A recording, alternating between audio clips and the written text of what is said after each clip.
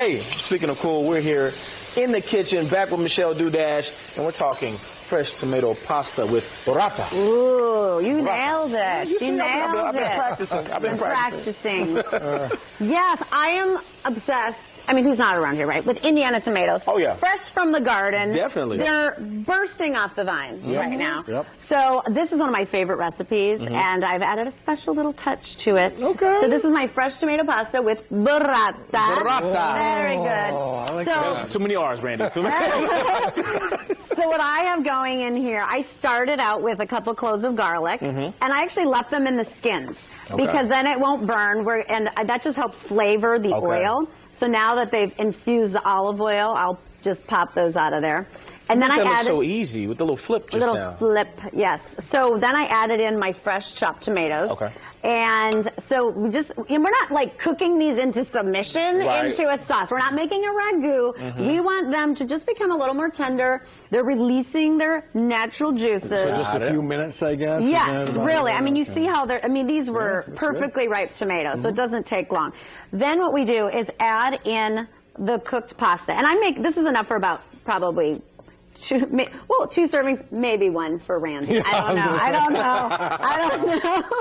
know. But this is, it's just, your pantry ingredients, and if you have your garden, then you're good to go.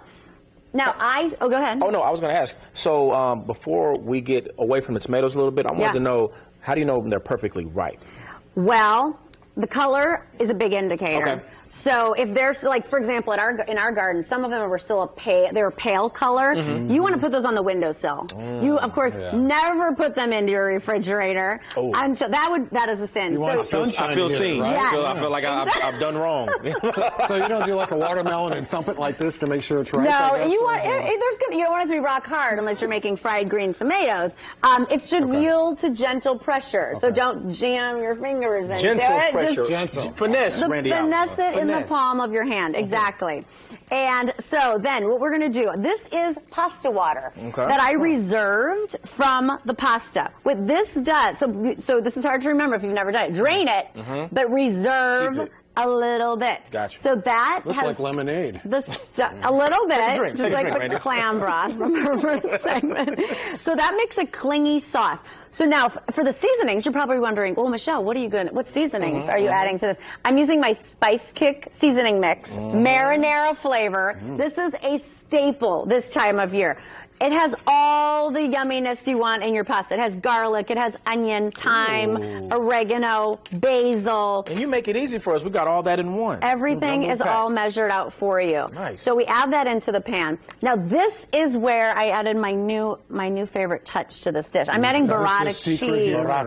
This is, of course, burrata cheese, if you're not familiar, the outer casing is mozzarella. Okay. But then on the inside, we have this creamy deliciousness. So you see that inside. So that is where the money's at. It's so good. So you're just trying to break that up in the pan.